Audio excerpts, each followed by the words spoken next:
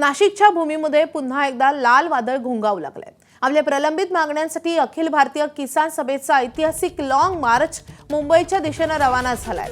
माजी आमदार जे.पी. गावित यांच्या नेतृत्वाखाली हा विराट मोर्चा निघतोय।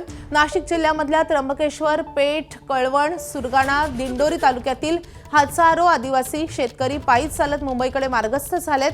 आदिवासी बांधवांना वनपट्टे मिळावेत, पश्चिम वाहिन्यांचे पाणी पूर्वेकडे वळवले पाहिजे, यासह विविध मागण्यांसाठी हा मोर्चा काढण्यात आलाय। तर याच मोर्चामधून आपले प्रतिनिधी शुभम बोडके सध्या आपल्या सोबत आहे। शुभम, हे लाल वादळ आता मुंबईच्या दिशेने मार्गस्थ होतंय। सध्या हे लाल वादळ कुठपर्यंत आलेलं आहे आणि आता या सगळ्या मोर्चेकऱ्यांच्या नेमक्या मागण्या काय आहेत?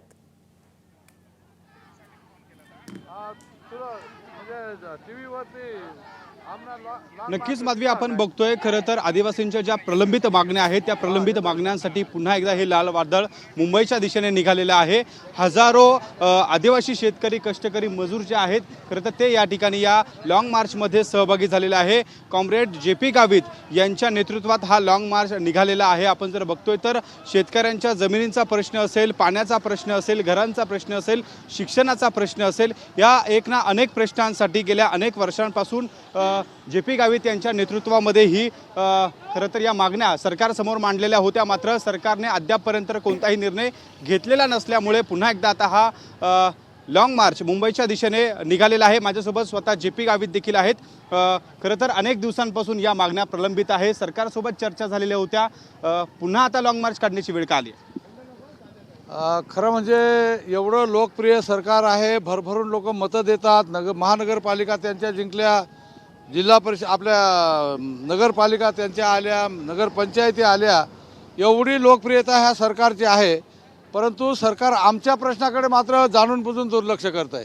आमचा प्रश्न आजचा नाही आहे, 2006ला कायदा झाला, त्याची अंमलबजावणी करण्यासाठी आम्ही वारंवार सरकारला विनंती करतोय, परंतु त्याच्याकडे कानाडोळा करत आहे।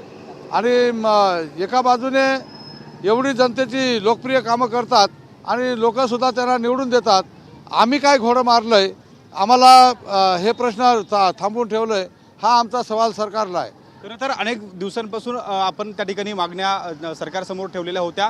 आज नाशिक जिल्ह्यामधले सगळे मोर्चेकरी आपल्यासोबत आहेत। आणखी महाराष्ट्रातले कोणकोणत्या जिल्ह्यांमधून हे सगळे मोर्चेकरी आपल्यासोबत सहभागी होणार आहे, कधीपर्यंत सहभागी होतील? आता खरं म्हणजे ठाणा, पालघर, नाशिक आणि उर्वरित जिल्ह्यामध्ये जे प्रश्न इथं आम्ही घेतलेले आहेत त्या प्रश्नाचा संबंध आहे अशा लोकांना आम्ही आवाहन केलं होतं।